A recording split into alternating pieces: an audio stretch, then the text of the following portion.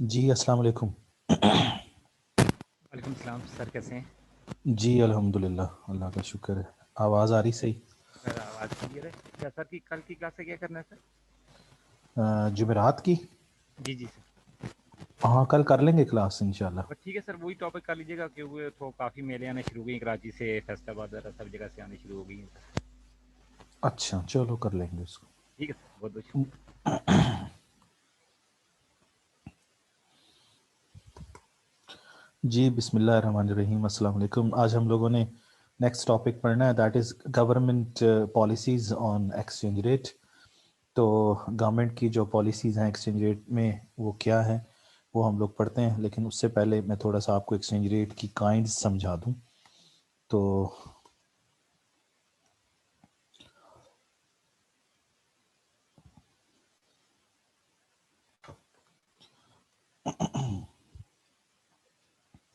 अ, तीन तरह के एक्सचेंज रेट होते हैं। यानी मैं बात कर रहा हूँ काइंड्स ऑफ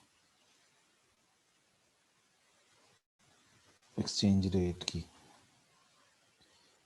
तो नंबर वन उसमें है फिक्स्ड एक्सचेंज रेट।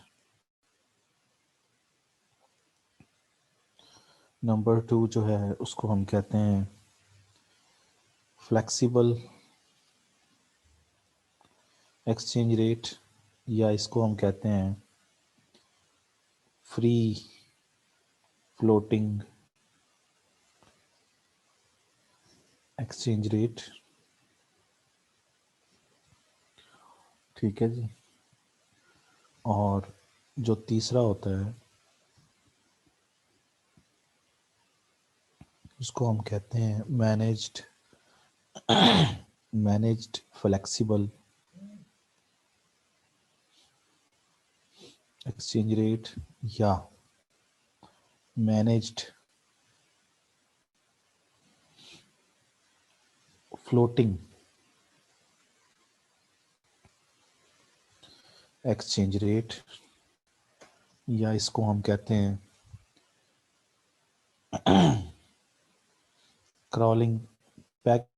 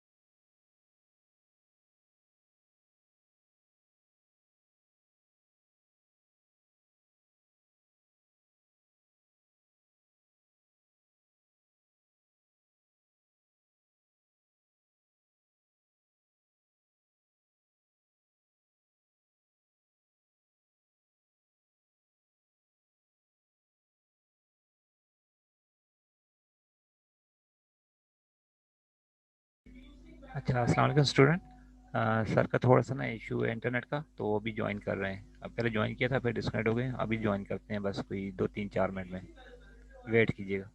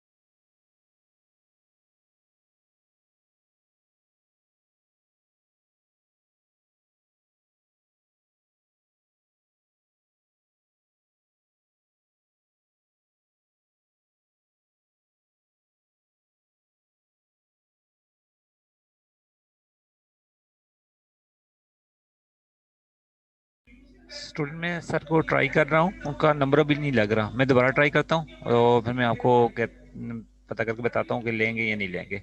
ठीक है, 2 मिनट वेट कर ले, मैं कॉल करता हूँ अगर लग जाता है तो।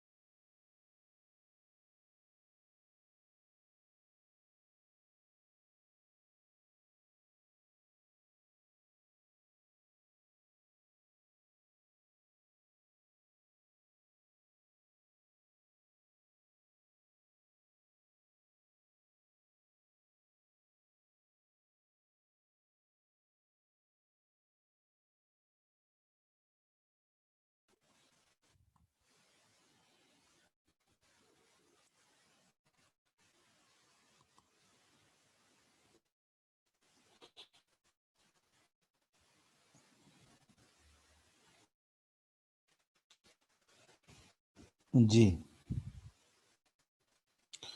तो डिस्कशन हो रही थी काइंड्स ऑफ एक्सचेंज रेट के ऊपर। तो मैं आपको बता रहा था कि फ्लेक्सिबल एक्सचेंज रेट या फ्री फ्लोटिंग एक्सचेंज रेट जो है, ये मार्केट फोर्सेस जो हैं, ये उनसे टैप आता है, यानी डिमांड एंड सप्लाई से। डिमांड एंड सप्लाई फोर्सेस जो हैं उसको डिटरमिन करती हैं, जैसे कि हम ऊपर पढ़ के भी आए हैं। किसी भी करेंसी की डिमांड और सप्लाई के साथ जो एक्सचेंज रेट तय होता है उसे हम फ्लेक्सिबल एक्सचेंज रेट कहते हैं। और उसके नतीजे में फिर डिमांड एंड सप्लाई में अगर तब्दीलियाँ आती हैं तो फिर एक्सचेंज रेट की मूवमेंट अप एंड डाउन होती है, उसे फ्री फ्लोटिंग एक्सचेंज रेट कहते हैं। फ्री फ्लोटिंग इसलिए कहते हैं कि उसमें सेंट्रल बैंक या गवर्नमेंट इंटरवेंशन नहीं कर रही होती। तो एक्सचेंज रेट खुद ही अप एंड डाउन जहाँ आना चाह रहा हो वो चला जाता है वहाँ पे, उसमें कोई प्रॉब्लम नहीं है। लेकिन अगर मैनेज फ्लेक्सिबल एक्सचेंज रेट पे आए तो दुनिया में आजकल ये एक्सचेंज रेट है जो इस वक्त एप्लीकेबल है, और हमारे मुल्क में भी यही है। इसके अंदर ये होता है कि इसके अंदर मार्केट फोर्सेस और सेंट्रल बैंक, मार्केट फोर्सेस और सेंट्रल बैंक मिलकर तय करते हैं एक्सचेंज रेट को। दोनों फोर्सेस मिलकर तय करती हैं, इसलिए इसको मैनेज्ड फ्लेक्सिबल कहते हैं। क्योंकि सिर्फ अगर फ्लेक्सिबल होता तो सिर्फ डिमांड एंड सप्लाई के ऊपर बेस करता, लेकिन मैनेज कौन करता है, इसको सेंट्रल बैंक करता है, इसलिए इसको मैनेज फ्लेक्सिबल एक्सचेंज रेट कहते हैं। जब दोनों दोनों जो हैं, मार्केट फोर्सेस भी और सेंट्रल बैंक दोनों मिलकर एक्सचेंज रेट को तय करेंगे तो उसे हम मैनेज फ्लेक्सिबल एक्सचेंज रेट या मैनेज फ्लोटिंग एक्सचेंज रेट कहेंगे, managed by the central bank. और डर्टी फ्लोटिंग इसलिए कहते हैं कि इसमें फ्लोटिंग का मतलब तो ये है कि इसमें सिर्फ मार्केट्स इन्वॉल्व हैं, लेकिन डर्टी इसलिए कह देते हैं कि जब सेंट्रल बैंक इन्वॉल्व हो जाता है या गवर्नमेंट इन्वॉल्व हो जाती है तो वो उसको डर्टी कहते हैं। अब सिर्फ मार्केट फोर्सेस प्योरली नहीं रही हैं, बल्कि उसमें सेंट्रल बैंक भी इन्वॉल्व हो गया। और ये जो फ्लेक्सिबल या फ्री फ्लोटिंग एक्सचेंज रेट है इसको क्लीन फ्लोटिंग एक्सचेंज रेट भी कहते हैं। क्लीन इसलिए कहते हैं कि इसके अंदर गवर्नमेंट या सेंट्रल बैंक इन्वॉल्व नहीं हो। क्लीन एक्सचेंज रेट इसको तो fix exchange rate, fix exchange rate उसमें एक्सचेंज रेट को फिक्स किया किसी भी एक उसके अंदर, यानी उसमें एक्सचेंज रेट चेंज नहीं होता है। और ये गवर्नमेंट खुद कोशिश करती है कि अपने रिजर्व्स को यूज़ करके एक्सचेंज रेट को फिक्स करने की कोशिश, और वो फिक्स होता है किसी भी स्टैंडर्ड के अंदर, यानी गोल्ड स्टैंडर्ड के अंदर या किसी मेजर करेंसी के साथ, या कोई भी ट्रेडिंग करेंसी साथ एक बास्केट हो उनके साथ फिक्स कर लिया जाता है। इस पे डिटेल में बात अभी करते हैं हम लोग, लेकिन पहले फ्लेक्सिबल और मैनेज फ्लेक्सिबल एक्सचेंज रेट को समझना ज़रूरी है, जो मैंने आपको भी समझाया भी है। जिसको इस तरीके से समझ लीजिए, जैसे मैं यहाँ पे एक ग्राफ से समझाता हूँ आपको कि ये quantity of currency, for example quantity of euro है, और ये कर्व वो यूरो का है, और ये डिमांड कर्व जो है वो यूरो का है। और यहाँ पर जो रेट तय हुआ है वो फर्ज कर लें कि 1 यूरो इज इक्वल टू $1। अब ये जो एक्सचेंज रेट तय हुआ है ना, ये किन्हों ने तय किया है? ये सिर्फ डिमांड एंड सप्लाई फोर्सेस ने तय किया है। अगर डिमांड एंड सप्लाई ने जो एक्सचेंज रेट तय किया हो उसे हम फ्लेक्सिबल एक्सचेंज रेट कहते हैं या फ्री फ्लोटिंग एक्सचेंज रेट कहते हैं, जो कि ये इसको हम डिमांड, क्योंकि ये मार्केट फोर्सेस या डिमांड एंड सप्लाई करता है। अब इसके अंदर जाहिर सी बात है चेंज आएंगी, या तो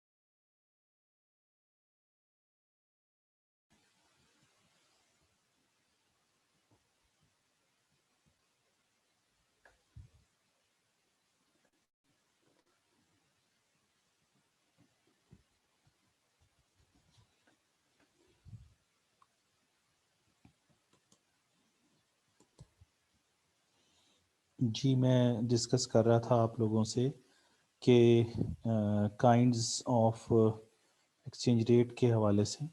तो काइंड्स ऑफ एक्सचेंज रेट मैंने दो बताई हैं, तीन आपको। एक मैंने आपको बताई है फ्लेक्सिबल एक्सचेंज रेट, और एक मैंने बताई है मैनेज्ड फ्लेक्सिबल एक्सचेंज रेट, और एक मैंने आपको बताई है फिक्स एक्सचेंज रेट। फ्लेक्सिबल के बारे में तो मैंने सिंपली आपको ये बताया है कि फ्लेक्सिबल जो एक्सचेंज रेट है वो तो आपको वाज़े तौर पर यहाँ पे नज़र आ रहा है कि उसमें simply demand and supply forces का रोल है। जैसे कि यहाँ पे मैंने आपको बताया कि पहले ये इक्विलिब्रियम हुआ और फिर कभी डिमांड कर्व शिफ्ट कर जाएगा, कभी डिमांड कर्व फॉल कर जाएगा, कभी सप्लाई कर्व शिफ्ट कर जाएगा, upward and rise and fall होगा, और exchange rate up and down move करेंगे। कभी एक्सचेंज रेट ऊपर चला जाएगा, कभी नीचे चला जाएगा। यानी किसकी वजह से चला जाएगा?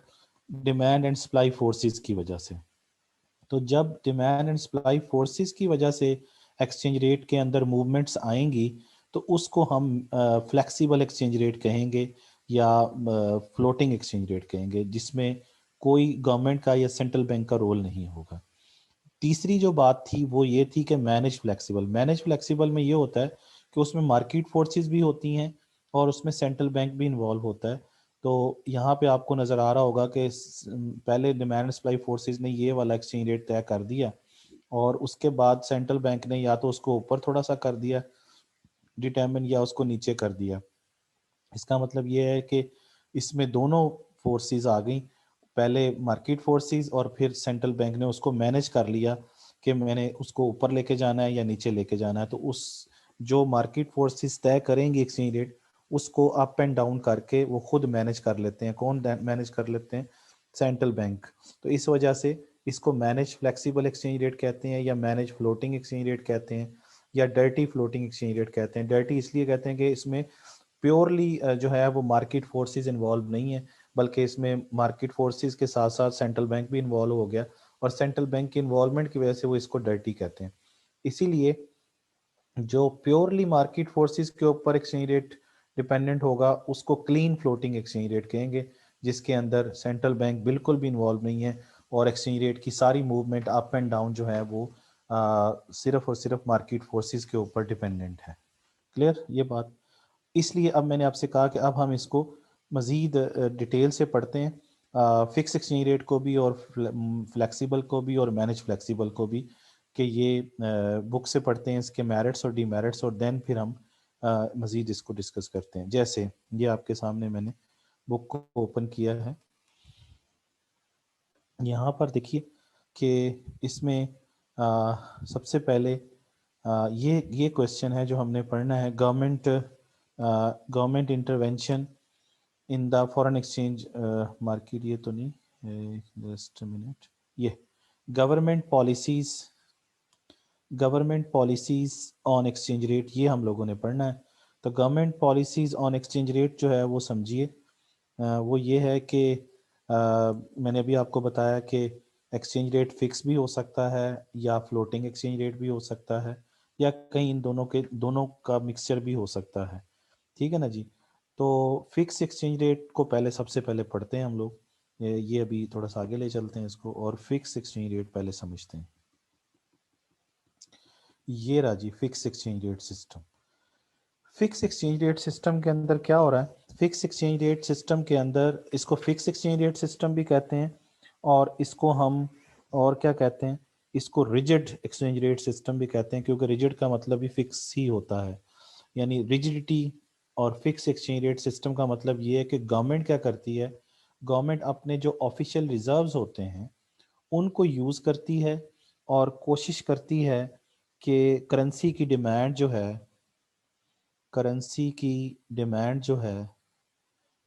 की सप्लाई के बराबर रखे। करेंसी की डिमांड और करेंसी की सप्लाई को बराबर रख के क्या किया जाता है? क्योंकि करेंसी की डिमांड और सप्लाई अगर बराबर रहेगी तो फिर एक्सचेंज रेट में तब्दीली नहीं आएगी और एक्सचेंज रेट क्या हो जाएगा? फिक्स हो जाएगा। ये बात समझ गए? फिक्स एक्सचेंज रेट हो जाएगा अगर करेंसी की डिमांड और सप्लाई में कोई तब्दीली ना आए। तो गवर्नमेंट क्या करती है? गवर्नमेंट ये करती है कि गवर्नमेंट यूज़ करती है अपने जो गवर्नमेंट के पास फॉरेन एक्सचेंज रिजर्व्स पड़े होते हैं उनको यूज करके करेंसी की डिमांड और सप्लाई को बराबर करती है। ठीक है ना जी, यही बात मैं कर रहा हूँ कि फिक्स एक्सचेंज रेट के अंदर government use its official reserves to create an exact match means equal कर देती है supply and demand for its currency in foreign exchange market. क्योंकि जब भी करेंसी की डिमांड और सप्लाई चेंज होगी, आपने पढ़ा था पीछे भी, तो फिर exchange rate up and down जाएंगे, क्योंकि करेंसी की डिमांड बढ़ने से एक्सचेंज रेट ऊपर जाएगा, करेंसी की डिमांड कम होने से एक्सचेंज रेट नीचे जाएगा। इस तरह करेंसी की सप्लाई बढ़ने से एक्सचेंज रेट नीचे जाएगा और करेंसी की सप्लाई कम होने से एक्सचेंज रेट ऊपर जाएगा। तो इसलिए बेहतर ये है कि करेंसी की डिमांड के अंदर और सप्लाई के अंदर इक्वालिटी को मेंटेन किया जाए, उसको मैच किया जाए। उसके लिए गवर्नमेंट अपने रिजर्व्स को यूज़ करती है। जब भी वो देखती है कि करेंसी की सप्लाई ज़्यादा करनी है तो ऑफिशियल रिजर्व में से निकाल के मार्केट में फेंक देती है नोट, और जब वो समझती है कि हमें सप्लाई कम करनी है तो वो खरीद लेती है करेंसी को। वो करेंसी को खरीद भी लेती है, करेंसी को सप्लाई भी कर देती है। इससे ये होता है कि एक्सचेंज रेट क्या रहता है, अनचेंज रहता है। इसको हम कहते हैं फिक्स एक्सचेंज रेट सिस्टम। ठीक है जी। इसी चीज़ को मज़ीद इस तरीके से समझ लीजिए कि जो एक, चूंकि आगे चलकर हमने एक टॉपिक पढ़ना है जिसे हम कहते हैं बैलेंस ऑफ पेमेंट्स। अब बैलेंस ऑफ पेमेंट्स जो है वो क्या है, बैलेंस ऑफ पेमेंट पहले समझना ज़रूरी है। मैं पहले आपको बैलेंस ऑफ पेमेंट समझा दूं। तो बैलेंस ऑफ पेमेंट की बैलेंस ऑफ पेमेंट्स की जो डेफिनेशन है वो ये है। बैलेंस, ये अभी डिटेल में पढ़ेंगे अगले चैप्टर में जाके बैलेंस ऑफ पेमेंट्स, लेकिन पहले थोड़ा सा ऐसे पढ़ लेते हैं कि बैलेंस ऑफ पेमेंट्स को हम कहते हैं BOP. BOP is a systematic record of a country's international transactions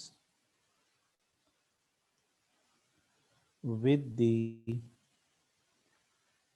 rest of the world in a year। तो इसका मतलब ये हुआ कि कंट्री का एक कंट्री का इंटरनेशनल ट्रांजैक्शन का रिकॉर्ड हमने देखना है। सिस्टमेटिक रिकॉर्ड जो होता है पूरी with the rest of the world means बाकी दुनिया के साथ एक साल के अंदर, उस रिकॉर्ड को हम बैलेंस ऑफ पेमेंट कहते हैं। इस रिकॉर्ड में हम ये रखते हैं कि एक मुल्क ने एक साल के अंदर जो इंटरनेशनल ट्रांजैक्शंस की हैं, जो क्या बेचा, क्या खरीदा, क्या इस मुल्क में आया, क्या चला गया, उसका पूरी दुनिया के साथ जो रिकॉर्ड है उसको मेंटेन किया जाता है। उसको हम बैलेंस ऑफ पेमेंट्स कहते हैं। और बैलेंस ऑफ पेमेंट जो कि आगे चलकर हमने डिटेल में पढ़ना भी है। तो बैलेंस ऑफ पेमेंट्स जो है वो उसके अंदर अकाउंट्स होते हैं। आप लोग अकाउंटिंग को ज़्यादा बेहतर समझते हैं, तो बैलेंस ऑफ पेमेंट्स के अकाउंट्स होते हैं।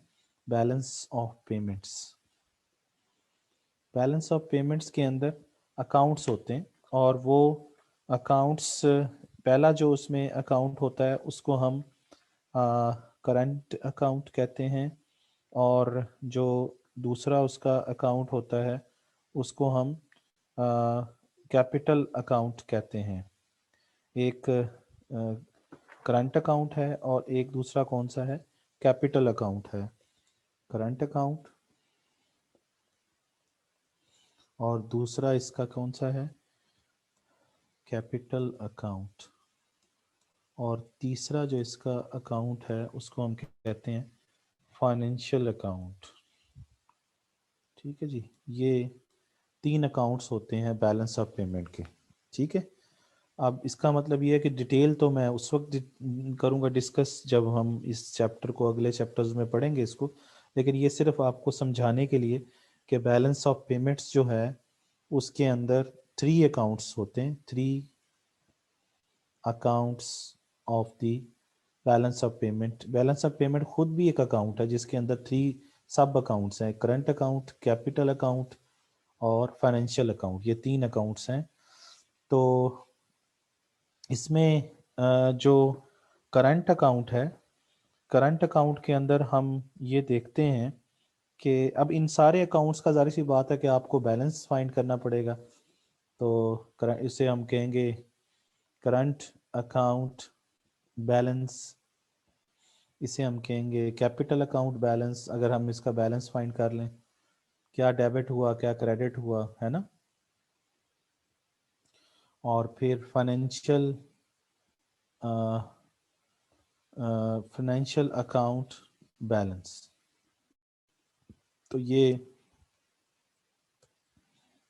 आपके पास फाइनेंशियल अकाउंट बैलेंस, तो तीनों के बैलेंस हमें पता चलने चाहिए कि क्या हुए जी। तो इसका मतलब ये है कि बैलेंस पे जब आप जाएंगे तो करंट अकाउंट जो है, करंट अकाउंट तीन कैटेगरीज में जा सकता है कि उसमें करंट अकाउंट सरप्लस में भी जा सकता है, डेफिसिट में भी जा सकता है, या इनको हम कहते हैं डिसइक्विलिब्रियम, डिसइक्विलिब्रियम। और तीसरा जो है वो इक्विलिब्रियम में भी जा सकता है। तो करंट अकाउंट इक्विलिब्रियम भी हो सकता है, और ये तीनों चीज़ें इन तीनों के लिए हो सकती हैं। यानी कैपिटल अकाउंट भी इसी तरीके से सरप्लस में, डेफिसिट में या इक्विलिब्रियम में जा सकता है। सरप्लस और डेफिसिट जो हैं ये दोनों डिसइक्विलिब्रियम कहलाते हैं, ठीक है ना जी। तो बहरहाल अब ये क्लियर होगी हमें बातें। तो अब यहाँ पे आप इस तरीके से समझ लीजिए कि इस तरीके से समझ लीजिए कि जैसे यहाँ पे हम बता रहे हैं कि जो ऑफिशियल रिजर्व्स हैं, जो ऑफिशियल रिजर्व मीन जो कंट्री के पास पैसा पड़ा हुआ है, जो डॉलर पड़े हुए हैं, जो फॉरेन एक्सचेंज रिजर्व जिसे कहते हैं हम लोग, फॉरेन, इन्हें हम कहते हैं foreign exchange reserves. Foreign exchange reserves का मतलब ये है कि आपके मुल्क के पास गोल्ड पड़ा हुआ है, आपके मुल्क के पास पाउंड यूरो पड़ा हुआ है, डॉलर पड़ा हुआ है, पाउंड पड़ा हुआ है, या आपके मुल्क के पास जो है वो और दूसरी मेजर जो करेंसीज हैं, यन पड़ा हुआ है। ये सब पे मुश्तमिल होता है, जिसे मैंने आपको पिछले दिनों हार्ड करेंसीज कहा था। तो फॉरेन एक्सचेंज रिजर्व्स इन्हीं करेंसीज पर मुश्तमिल होते हैं ज़्यादातर, बाकी भी होते हैं लेकिन ये ज़्यादातर होते हैं उसके अंदर। अच्छा, अब ये है कि इन इन फॉरेन एक्सचेंज रिजर्व्स को गवर्नमेंट यूज़ करती है। और जब जब गवर्नमेंट ये देखती है कि अगर कहीं पे सरप्लस हो गया या डेफिसिट हो गया, किसके अंदर, करंट अकाउंट के अंदर। करंट अकाउंट मैंने अभी आपको समझाया कि बैलेंस ऑफ पेमेंट का अकाउंट होता है। और दूसरा जो है वो नॉन ऑफिशियल कैपिटल ट्रांजेक्शन, वो कैपिटल अकाउंट की बात कर रहा हूँ। तो कैपिटल अकाउंट के अंदर सरप्लस भी हो सकता है, डेफिसिट भी हो सकता है।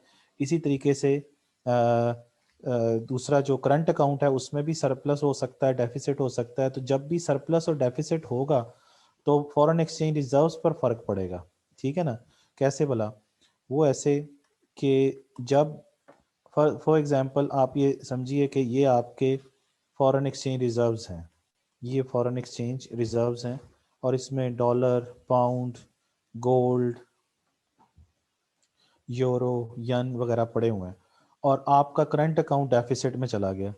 जब आपका करंट अकाउंट डेफिसिट में जाएगा तो आप इसको इक्विलिब्रियम में लाने के लिए फॉरेन एक्सचेंज रिजर्व से अमाउंट निकालेंगे और उसको इक्विलिब्रियम पे ले आएंगे और उसको बैलेंस कर देंगे। तो इसका मतलब जिस मुल्क का करंट अकाउंट डेफिसिट में होता है उस मुल्क के फॉरेन एक्सचेंज रिजर्व्स कम होना शुरू हो जाते हैं, क्योंकि फॉरेन एक्सचेंज रिजर्व से अमाउंट निकाल के आप उसको पूरा करेंगे, उस डेफिसिट को पूरा करेंगे, ठीक है ना जी। और अगर आपका करंट अकाउंट जो है, आपका करंट अकाउंट सरप्लस में है, तो इसका मतलब ये है कि आपकी जो रिसीट्स हैं वो ज़्यादा हैं फॉरेन एक्सचेंज में, और आपके जो पेमेंट्स हैं वो कम हैं। तो आपका फॉरेन एक्सचेंज रिजर्व्स जो हैं वो ज़्यादा हो जाएंगे, क्योंकि जो सरप्लस होंगे तो वो वापस इधर चले जाएंगे, तो फॉरेन एक्सचेंज रिजर्व्स बढ़ जाएंगे। और अगर अगर ये डेफिसिट में होंगे तो इससे निकल कर आएंगे और आप इसको इक्विलिब्रियम में करेंगे, तब ये निकलना शुरू हो जाएंगे यहाँ से। और करंट अकाउंट को बैलेंस करने के लिए आपको फॉरेन एक्सचेंज से मनी निकाल के, ये सारे इनमें से कुछ निकाल के, तो आपको फॉरेन करंट अकाउंट को बैलेंस करने के लिए फॉरेन एक्सचेंज का सहारा लेना पड़ेगा।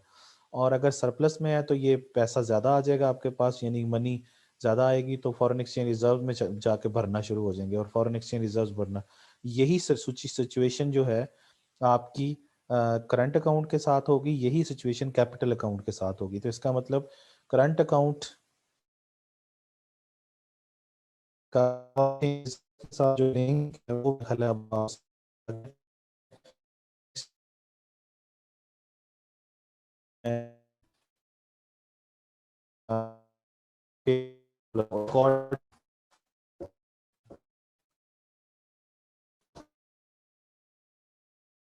अकॉर्डिंगली आप होगा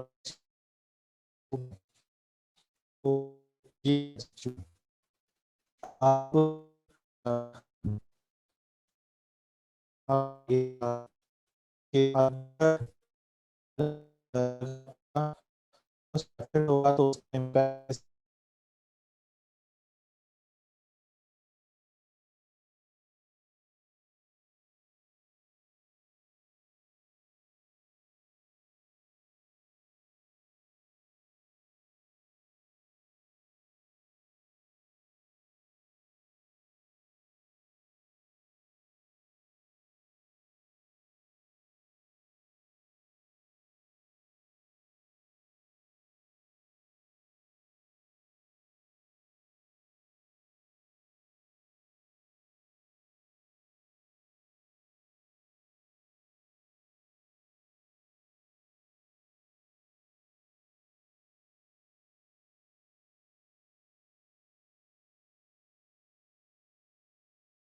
जी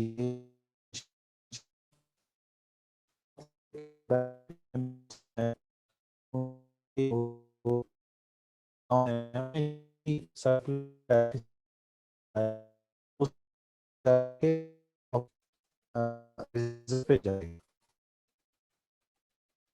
फॉरेन रिजर्व्स पे जाके इन्वेस्ट करेगा। और अगर बैलेंस ऑफ पेमेंट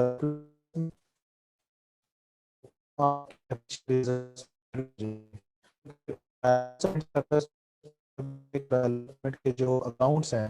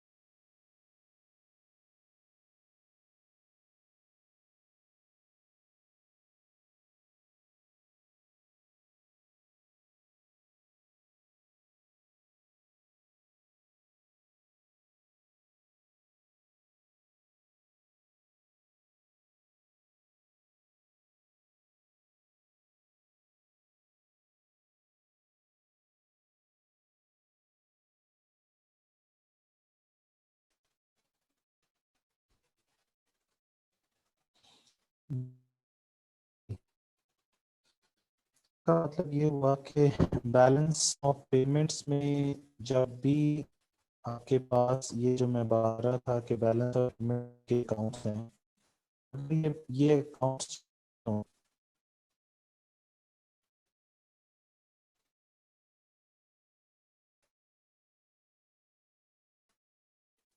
अकाउंट अगर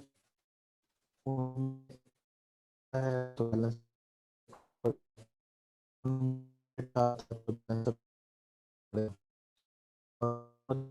में तो मैं पूरा